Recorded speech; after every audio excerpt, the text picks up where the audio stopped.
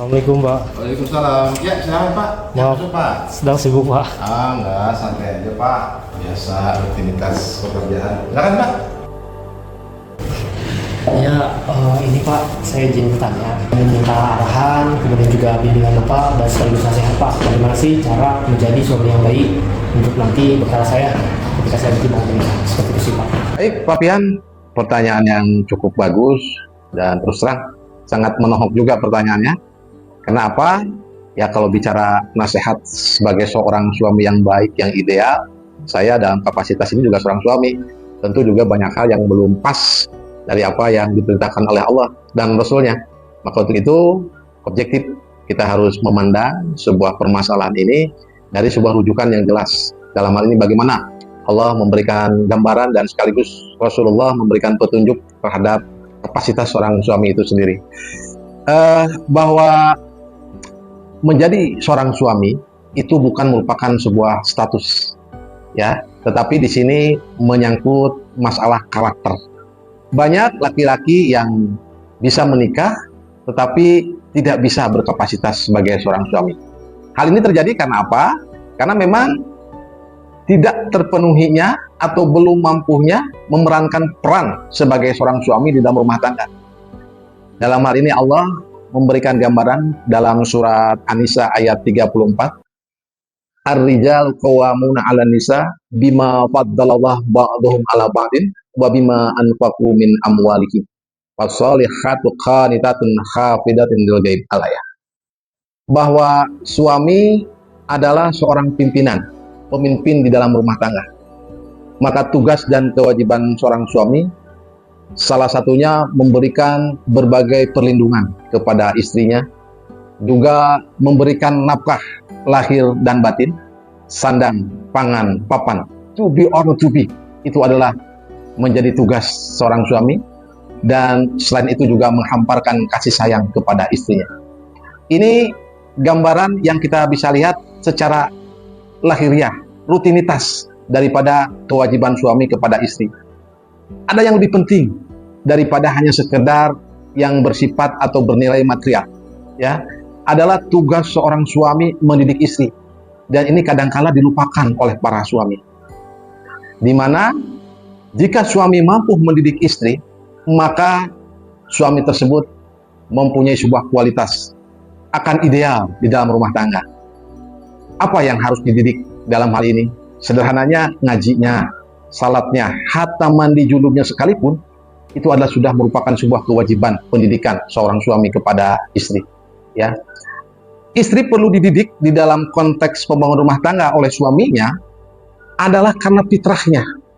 Dalam hal ini hadis menyatakan innal mar'ata khuliqat min dila'il a'waj. Idza aqamtaha kasartaha wa illam tuqimha lam ya'jal a'waj. Bahwa sesungguhnya wanita itu diciptakan oleh Allah bagaikan tulang rusuk yang bengkok. Sehingga ketika kita mau meluruskan secara keras, ya, dia akan patah. Artinya bahwa mendidik istri tidak boleh dengan kekerasan. Harus dengan sebuah kelembutan, harus dengan sebuah bahasa yang santun, soft spoken, ya, sehingga bisa diterima oleh istri. Tetapi wa in lam tuqimha lam ya'jal a'waja. Ketika kita melupakan pendidikan istri, pendidikan suami kepada istri, nah fitrah istri akan tetap bengkok, ya. Maka dengan demikian inilah hal yang diperlukan sebuah kapasitas dan juga kemampuan suami. Selain satu, memberikan kebutuhan hidup kepada istrinya ini secara proporsional, di samping itu adalah memberikan pendidikan kepada istri ini secara komprehensif, ya, secara menyeluruh tentunya. Nah, kemudian hal yang lain dan juga menjadikan sebuah fenomena yang terjadi, kadangkala mendidik istri ini lebih susah dibanding mendidik orang lain. Ini semacam ada duri dalam daging, dan ini koreksi membangun bagi semua suami termasuk diri saya tentunya, ya, karena ada hal-hal yang kadangkala ketika kita menasehati, memberikan pendidikan, istri kita ini ya menolaknya, gitu. Kenapa demikian? Nah, ini juga masalah yang perlu kita bahas dan sekaligus kita cari jalan keluarnya kayak bagaimana. Secara prinsip kembali bahwa suami mempunyai tugas dan kewajiban, satu, memberikan sebuah kebutuhan hidup, perlindungan, kasih sayang kepada istrinya seproporsional mungkin. Yang keduanya tadi, memberikan pendidikan kepada istri sekomprehensif mungkin. Ya, malah kalau bahasa orang Minang menyatakan, ya, peribahasa orang Minang ini, mohon maaf kalau salah, lambeknya dapat diraso, karenyo tak dapat disanduang. Kata orang Minang, kelembutan hati seorang laki-laki, seorang suami ini dapat dirasakan oleh istri ini selembut sutra. Tapi sebaliknya, karenyo tak dapat disanduang. Tapi kalau sudah meletakkan prinsip, ya, tegasnya itu tidak ada toleransi.